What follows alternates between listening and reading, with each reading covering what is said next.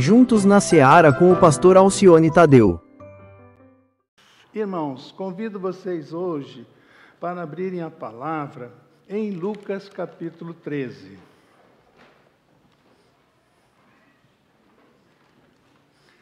Evangelho de Lucas, no capítulo 13.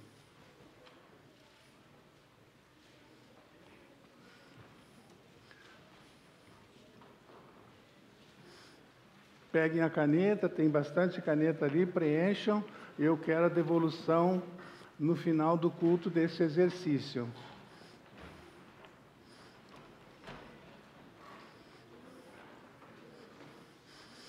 Se algum adulto quiser também participar, pode pegar, que ajuda a fixar o que será estudado agora de manhã. Abriram, irmãos, em Lucas capítulo 13. Nós vamos ler, então, a partir do versículo de número 10. Tá bem?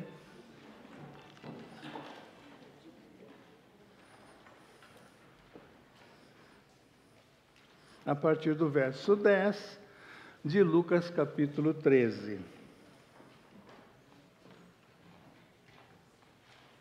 Certo sábado, Jesus estava ensinando numa das sinagogas, e ali estava uma mulher que tinha um espírito que a mantinha doente havia 18 anos. Ela andava encurvada e de forma alguma podia endireitar-se.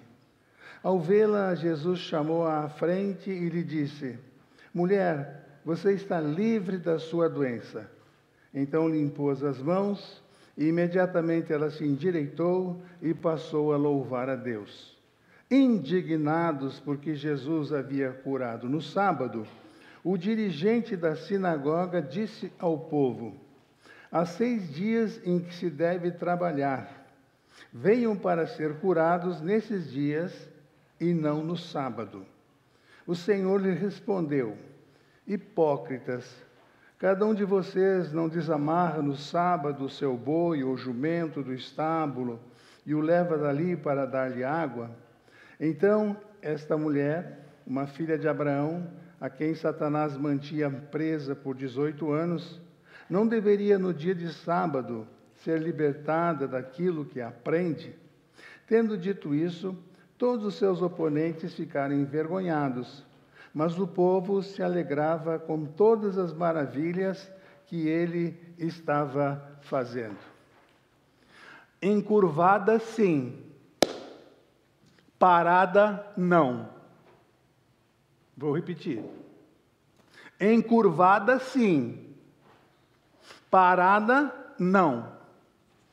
Todos nós, irmãos, penso, conhecemos alguém que está encurvado, fisicamente, às vezes por causa da idade, ou espiritualmente, que é pior ainda do que estar encurvado fisicamente. Alguns estão nessa situação há muito tempo, outros estão há menos tempo. E essa mulher perseverante vai para a sinagoga. Ela caminha conforme as forças que ela tem para chegar até o culto na sinagoga. E ali, quem ela encontra? Há um pregador em especial naquele dia, Jesus, falando para aquela congregação. E da sinagoga, uma palavra aqui informativa, elas surgiram por volta do ano 598 a.C., com a invasão de Jerusalém pelos babilônicos. Nabucodonosor, com o seu exército, invade o reino de Judá e destrói o templo. Só para a gente se localizar aqui na história. Os judeus são levados cativos para a Babilônia, ficam longe do templo por muitos anos. Então surgem pequenos lugares de reuniões que permanecem até os dias de hoje. Por isso surgiram as sinagogas, diante de uma dificuldade. E a palavra sinagoga significa povo reunido, onde os judeus se reúnem para estudar o Torá, o livro sagrado dos judeus, que, na verdade, contém os 5 primeiros livros do Velho Testamento. Pois bem, nesse lugar, na sinagoga, está Jesus. E está ali uma mulher com um problema físico. Andava encurvada. Ela não podia sentar nos primeiros lugares. Era uma norma.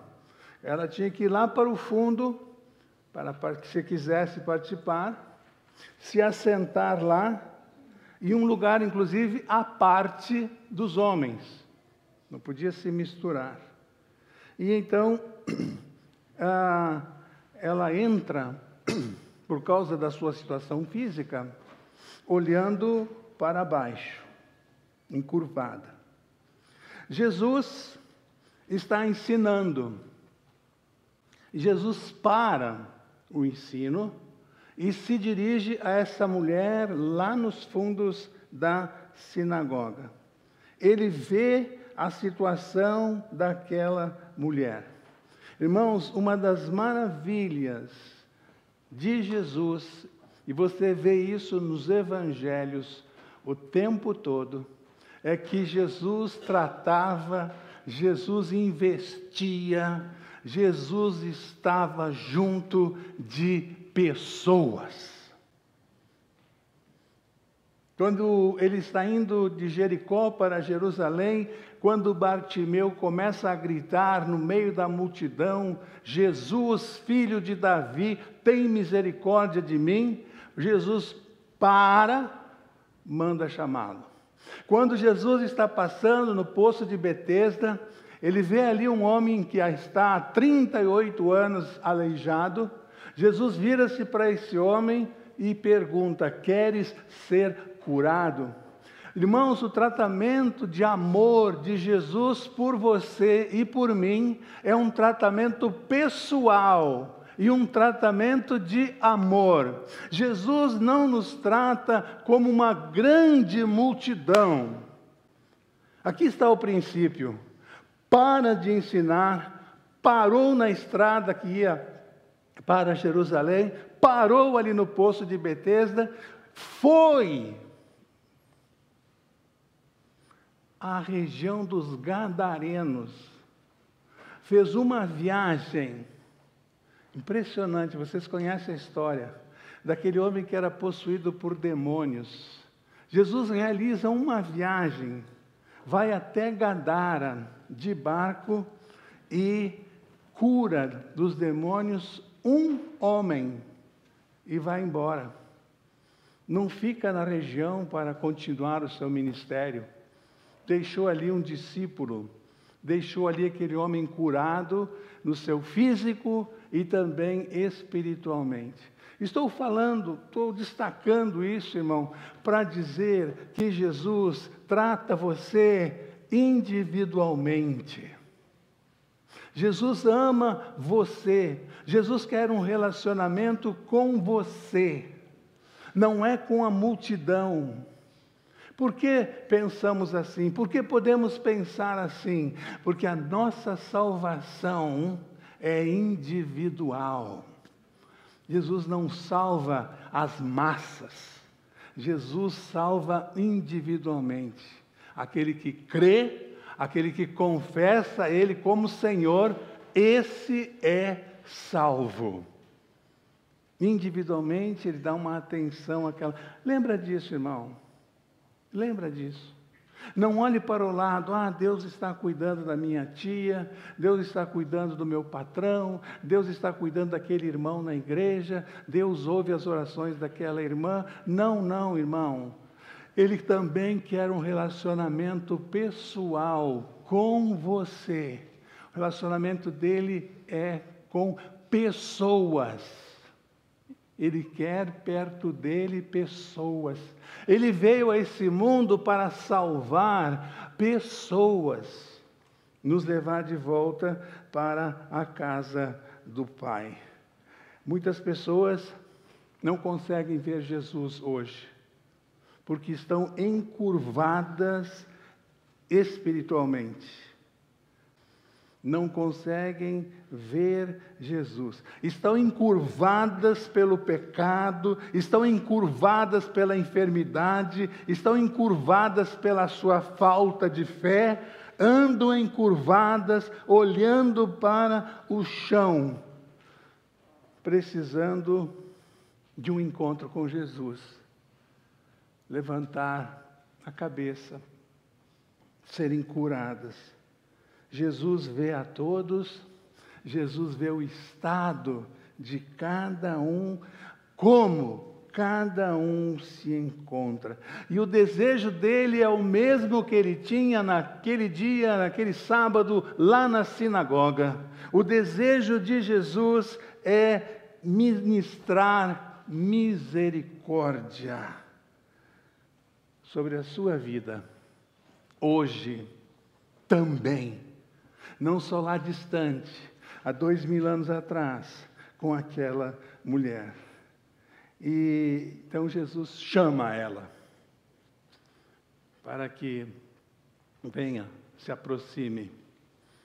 Ele destaca ela no meio daquela congregação. Há quanto tempo Jesus está chamando você para ministrar cura na sua vida, para salvar você, que anda encurvado, encurvada, por causa de algum problema, por causa de algum sofrimento, por causa de algum pecado que está amassando a sua vida espiritual e está tirando de você a alegria de viver, a vida abundante que Jesus tem para te dar. Qual? Qual? Por que não vir a Jesus? Chega de resistir. É interessante. A gente ouve muito, está se referindo a alguma pessoa, e alguém diz, a gente ouvia isso muito na infância, não é? Fica longe dessa pessoa. Fica longe. Não se aproxima muito não, você vai ter problemas. Fica longe. Algumas pessoas aplicam isso a nível espiritual. Elas mantêm distância de Jesus. Não querem saber de Jesus. Estão afetadas, estão doentes espiritualmente, mas não querem ouvir Jesus chamando. A mulher não, a mulher obedece. Quando ela vai e Jesus impõe a mão sobre ela, o milagre acontece.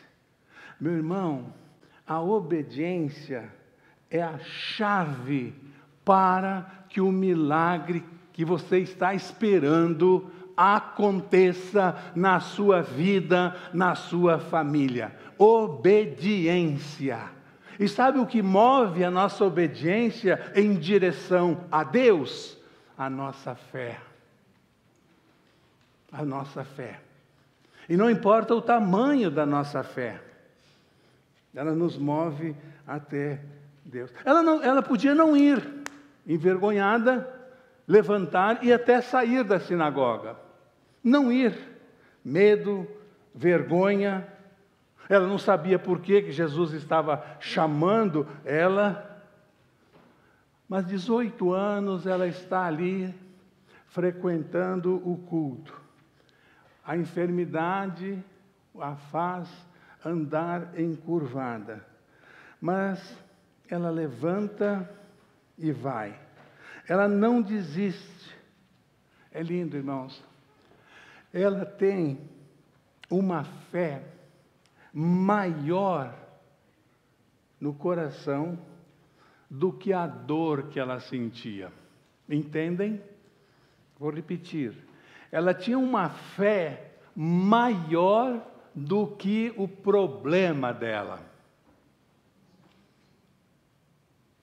Quando nós estamos passando por algum problema, estamos encurvados por alguma situação da vida, a nossa tendência carnal, por causa daquilo que Satanás fez na nossa vida, é nós olharmos o problema, nos desesperarmos com o problema, nos afundarmos no problema e depois, se der algum tempo, olhar para Deus. É o contrário, irmão. O crente raciocina diferente. Você que crê em Jesus, você olha para Deus. Você vê o tamanho de Deus, o quanto Deus é grandioso, o quanto Deus é maravilhoso. Você olha para Deus. Depois você olha para o problema e você entende que não há problema maior do que o nosso Deus. E que Ele pode interferir. E que Ele pode ajudar, e que Ele pode, como na vida dessa mulher, fazer um grande milagre. Você tem andado encurvado por alguma situação? Essa mulher estava encurvada fisicamente, mas espiritualmente ela tem sede de Deus. Ela vai a Deus, ela vai para a sinagoga. E maravilhoso saber, irmãos, que essa mulher, naquele dia que ela decidiu ir lá participar do culto, ela não sabia o que Jesus ia fazer na vida dela. Um dia comum, se levantou, foi fazer o que tinha que fazer e foi para a sinagoga. Meu irmão, Deus se manifesta na nossa vida num dia comum. Não precisa um dia excepcional, não precisa algo estrondoso acontecer para Jesus se manifestar na sua vida. É num dia normal, é no seu dia a dia. Você vai perceber de Deus se manifestando na sua vida. Ela não imaginava a ideia, a bênção que viria sobre a vida dela naquele dia. Todas as manhãs, irmão, quando você levantar para as suas atividades, lembre-se, naquela normalidade do dia, no seu dia a dia, Deus quer se manifestar. Deus quer se manifestar. Lembram daquela irmã que tinha um problema na perna, lá em São Paulo, que eu já compartilhei, penso que já compartilhei com vocês, prega em lugares, fala na escola bíblica. Ela tinha um problema na perna que ela não conseguia dobrar a perna. Aceitou Jesus, entrou na igreja, participou do culto, aceitou Jesus como Salvador e foi para a classe se preparar para o batismo. Quando ela está se preparando para o batismo, ela fez um voto a Deus. Ela fez um desafio. Ela disse: Senhor, no dia do meu batismo, Jesus, quando eu entrar nas águas, eu vou ficar curada. E andou lá mais um tempo na classe, com a perna sem poder dobrar. Quando o pastor esperou ela ali, que ela desceu as escadas, que ela estava descendo as águas, ela levantou a mão para o céu e disse: Senhor Jesus, agora é contigo. Isso é fé. Senhor Jesus, isso agora, o nosso combinado é contigo. Saiu das águas andando normalmente. Um dia comum na nossa vida. Deus quer agir. Não espere um dia especial. Aniversário, 31 de dezembro. Aniversário, nascimento de um filho. O dia que assinou a escritura comprando a casa própria. Hoje Deus vai se manifestar. Não. A mulher vai ao culto num dia normal, e Deus se manifesta na vida dela. É isso que Ele quer fazer na sua vida, irmão, diariamente. Diariamente. Então, com aquela condição, irmão, ela tinha tudo para ficar em casa. Tinha tudo para ficar em casa. Andar era difícil, ficar em pé era difícil, sentar era difícil, tudo era difícil. Melhor coisa, no caso, era se acomodar. Humanamente falando, era se acomodar. Não vou a lugar nenhum, vou ficar aqui em casa, não vou mais tomar banho, não vou mais chamar pessoas aqui, não vou visitar ninguém, ainda mais ir na igreja. Com esse meu problema, eu vou ficar aqui remoendo o meu problema. Pensando no meu problema. Tudo levava aquela mulher a ficar em casa. Não. Ela toma a melhor decisão da vida dela naquele dia. Ela vai para o culto.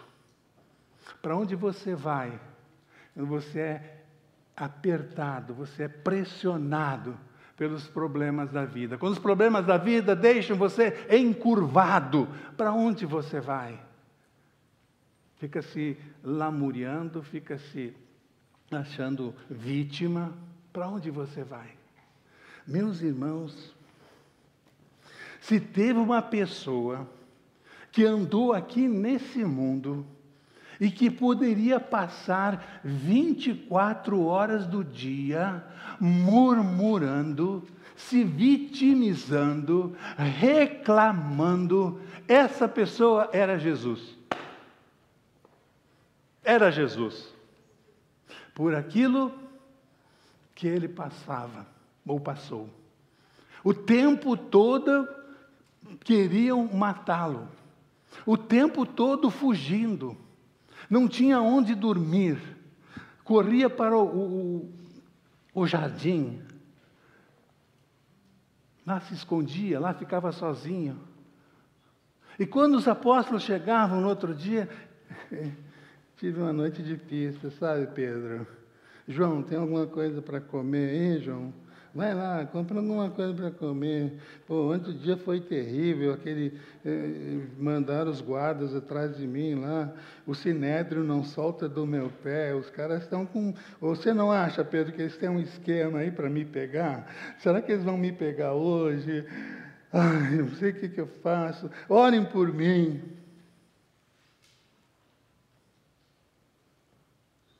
Se teve uma pessoa que podia se lamuriar, murmurar enquanto andou aqui, foi Jesus. E Ele é o nosso exemplo de perseverança. E Ele vai até a cruz e se entrega para ser o nosso Salvador. Porque Ele tinha dito, irmãos, antes de ir à cruz, eu vim para que tenham vida e a tenham com abundância. Quando você estuda esse versículo da Bíblia, não quer dizer que você tem vida em abundância. Venham para que tenham vida e vida em abundância. Não é vida em abundância apenas aqui para essa vida, apenas aqui para esse mundo. A expressão ali que tem vida e vida em abundância está se referindo à vida eterna também. Então é vida em abundância aqui, vida de alegria, vida de superação diante dos problemas e vida eterna. Eu vim para dar a vocês essa vida. E aliás, crente que murmura, que reclama, dá um péssimo testemunho. Dá um péssimo testemunho. Deus desse aí parece que não funciona muito não. Vive reclamando, vive chorando, vive de cabeça baixa. Parece que não funciona muito a fé dessa senhora aí. Então a mulher é curada. Irmãos, lidar com a enfermidade é muito complicado. Muito complicado. Muitos aqui estão passando por isso, já passaram. Eu estou passando por isso. Lidar com a enfermidade na casa, na família, é muito complicado. E convivemos com ela. Quando um amigo fica bem, o outro adoece. Quando um parente sai do hospital, um amigo descobre que tem uma doença. Convivemos com ela.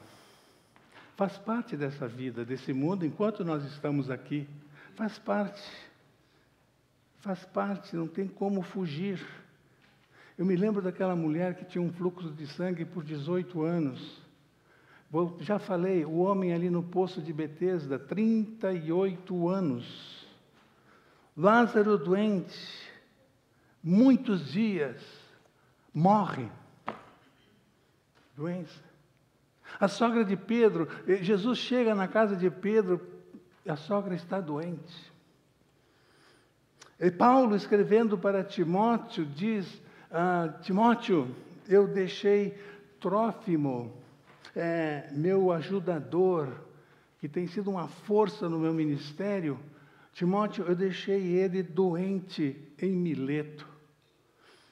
A gente não entende como é que o apóstolo Paulo, fazendo a obra que ele estava fazendo, ainda tinha que lidar com a enfermidade do seu companheiro de trabalho.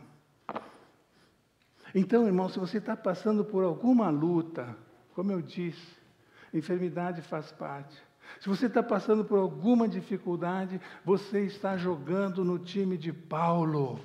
Se você tem um parente, um amigo, você está jogando no time de Paulo. Deixei Trófimo doente em Mileto. Pela vida que Paulo levava, ele está isento. Esse homem está blindado. Nada vai acontecer com ele. Eu tenho um espinho na carne e já orei 3 vezes para Deus me tirar e Deus não tira. Ele só me disse: a minha graça te basta. Lucas, que era médico, é o único evangelista que menciona a cura desta mulher. Para quem tem conhecimento médico, aí tem aqui na igreja muitas pessoas com formação na área médica, aceita-se, os estudiosos voltam lá no tempo, analisam a situação, dizem que essa mulher sofria de artrite reumatoide. Vários amigos, várias pessoas que conhecemos hoje têm esse problema. É uma inflamação que atinge a coluna e faz então a pessoa andar encurvada. Causa muita dor e deforma o corpo da pessoa. Mas aí eu quero ler o versículo 13 novamente, que diz assim: então lhe impôs as mãos, e imediatamente ela se endireitou e passou a louvar a Deus. Deixa Deus colocar a mão sobre a sua vida. Entrega para Deus essa situação. Hoje, antes de vir para o culto, eu estava ouvindo aquela canção. É meu todo trabalho, e o teu trabalho é descansar em mim. Olha que coisa linda, irmãos. Nosso único trabalho é descansar no Senhor. Que louvor maravilhoso. Então, o apelo desse texto hoje é: deixe Jesus endireitar a sua vida. Aquela área que precisa de uma intervenção dele. Só ele pode cuidar. E aí, no versículo 14, o principal da sinagoga interrompe e dá uma bronca em Jesus. Estão vendo? Indignado porque Jesus havia curado no sábado, verso 14, o dirigente da sinagoga disse ao povo, não falou só para a mulher não, pagou uma geral. Há 6 dias em que se deve trabalhar, venham para ser curados nesses dias e não no sábado. Essa história me lembrou a história do filho mais velho, lá da parábola de Lucas 15. Ele não ficou feliz quando o irmão mais novo voltou para casa. Lembram da história? Ele estava chegando do campo, ele ouviu música e ele ficou longe. E então um empregado veio avisar ele o que estava acontecendo. Ele ficou muito aborrecido porque o seu irmão tinha voltado e o pai estava fazendo uma festa. O líder da sinagoga, um religioso, ficou muito indignado por aquilo que Jesus estava fazendo com aquele homem necessitado. Exatamente a história do homem lá, do filho mais velho. Aliás, irmãos, tem crente que não consegue ver o irmão bem. Não consegue. Faz mal. Ele vê um irmão bem, vê um irmão comprando casa, vê um irmão tendo filhos, vendo o irmão comprando um carro novo, ele se sente mal, ele não suporta, ele não gosta de ver o irmão se sentindo bem. Irmão, isso não é de Deus, tira isso do seu coração, começa a vibrar com as bênçãos que Deus tem derramado na vida dos seus irmãos ao redor de você. Vibre com os seus irmãos. Vibre. Não se tome de raiva. Porque dons, né? Que dom do irmão lá. Então fica chateado porque o outro está bem. Meus irmãos, isso não cabe na igreja. Não tem lugar na igreja. Mas o homem não esperava que Jesus saísse em defesa da mulher. Né? Jesus toma a palavra, a mulher não fala nada. Mais uma vez estamos vendo aqui a compaixão de Jesus por pessoas. Chamou a mulher, curou a mulher e agora ele defende essa mulher do ataque que aquele líder religioso estava fazendo. Meus irmãos, quando eu via aqui Jesus fazendo às vezes de advogado daquela mulher, eu me lembrei do texto bíblico em Apocalipse. O texto diz que nós temos um advogado. Nos lembra que vai haver um julgamento. E nós precisamos comparecer diante do tribunal de Cristo com um advogado. Ninguém vai na corte sem um advogado. Espiritualmente, Jesus é o nosso advogado.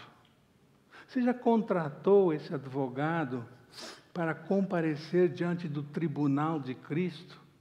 Todos iremos comparecer diante do tribunal de Cristo. Os poderosos aí, os que estão na lista dos mais ricos do mundo, os que estão com cargos, os que estão mandando fazer a guerra, os que estão mandando parar as guerras, os poderosos, a Bíblia diz, todos irão comparecer diante do tribunal de Cristo. Você, ao comparecer, precisa de um advogado.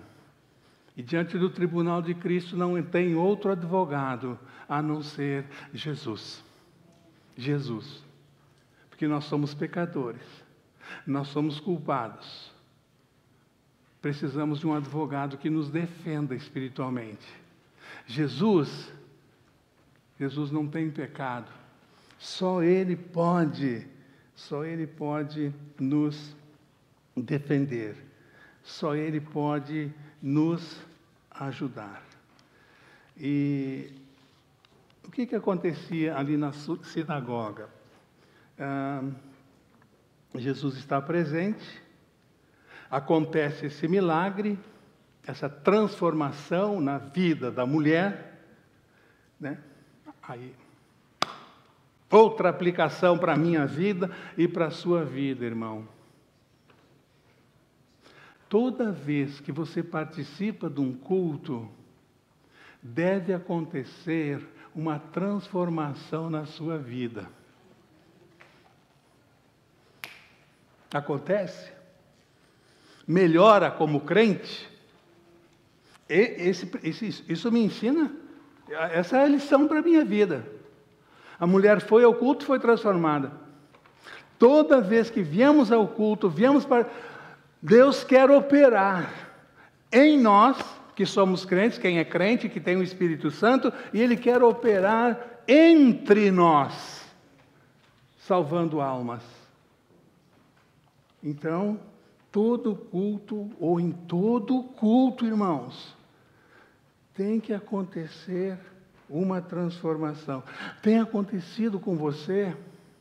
Se não tem acontecido, você precisa urgente, hoje ainda, depois do almoço, no máximo, colocar isso diante de Deus. Se você está cansado de ser crente, você vem para o culto com botas de ferro, pesadas. Aqui é o lugar, a casa do Senhor é o lugar para você ter um encontro com Deus, para você ser ou ter uma transformação. Então, Jesus fala, levar o boi para o pasto pode. Ainda ele está conversando com esse líder religioso. Curar a mulher aqui não pode. Olha a situação.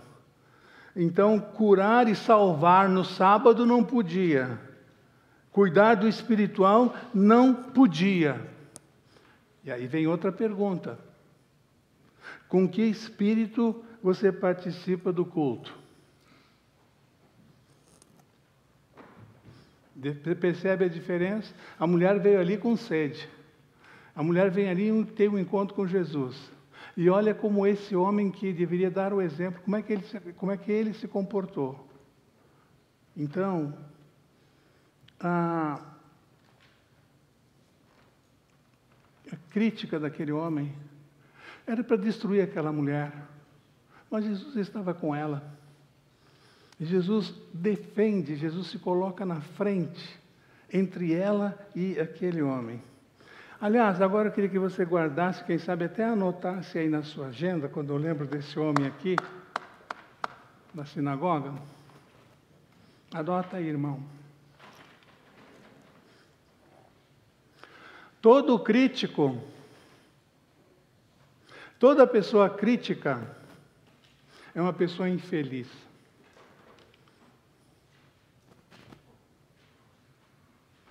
É uma pessoa infeliz, é uma pessoa desarrumada dentro dela. É o caso desse homem aqui.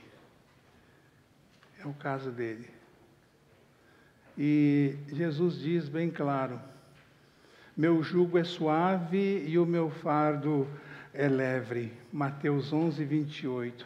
Vinde a mim todos vós que estáis cansados e sobrecarregados, e eu vos aliviarei. E a gente pode dizer, em cima desse texto, você que está encurvado por qualquer situação, venha até Jesus hoje. Coloca isso diante de Jesus, que Ele quer fazer um milagre para você sair do culto de uma forma diferente da que você veio. O livro do profeta Oséias é um livro bem pesado, é um livro de advertência, é um livro que chama a atenção do povo para o pecado, é um livro que ministra juízo, vai vir juízo sobre o povo, o profeta Oséias. E ele diz no capítulo 11, apesar de toda essa situação que vocês estão, o Senhor está puxando vocês com cordas de amor para junto dele. E o mesmo, irmãos, está acontecendo aqui. 18 anos naquela situação. E eu quero terminar dizendo para você, meu irmão, que o tempo não limita o poder de Deus. O tempo não limita o poder de Deus. Quem sabe muitas vezes você leu o Evangelho, leu sobre um milagre, leu sobre uma cura, e você diz assim, foi lá naquele tempo. Hoje não funciona. Guarde isso. O tempo não limita o poder de Deus. Não engessa o poder de Deus. Ele continua à nossa disposição. Desde que o procuremos, desde que obedeçamos, desde que tenhamos fé, como essa mulher, desde que tenhamos vida limpa, vida pura na presença dEle. Ele opera, Ele transforma. Esse é o desejo de Deus. O primeiro desejo de Deus, a primeira vontade de Deus, é que você se converta, que a gente se converta a Ele. Esse é o primeiro. Segunda, é que a gente fique parecido com Jesus. Segundo, que você fique parecido com Jesus. Não é que você prospere na sua profissão, que você tenha muitos bens no seu posto de renda. Deus está se lixando para esse negócio que a gente anda correndo atrás aí. Que você tenha muitos dólares. Deus não tem interesse nenhum nisso aí. Segunda vontade de Deus. Primeira, que você se converta, se você já se converteu. Segunda vontade de Deus, que você se torne cada vez mais parecido com Jesus. É vontade dele, então ele quer fazer essa obra na sua vida. Que Deus nos abençoe, que Deus nos ajude. Amém, irmãos? Vamos orar. Deus amado, muito obrigado pela tua palavra. Sempre, Senhor Deus, sempre, sempre, sempre, tua palavra faz tão bem ao nosso coração. E nós te agradecemos por ela. Te agradecemos pela ação do Espírito Santo entre nós, ó Deus, aplicando a tua palavra em nossos corações. Começando no meu, desde o estudo da palavra até a ministração. Muito obrigado, ó Deus. Muito obrigado por aquilo que falaste a cada vida aqui. Ajuda a gente, Senhor Deus. Ajuda a gente a se livrar daquilo que tem nos feito andar encurvados. Que é o que Satanás quer, ó Deus. Mas a tua palavra diz que tu nos queres andando direito. Andando como salvos por Jesus. Testemunhando da tua graça e do teu poder. Em nome de Jesus oramos. Amém. Deus abençoe você. Deus abençoe sua família.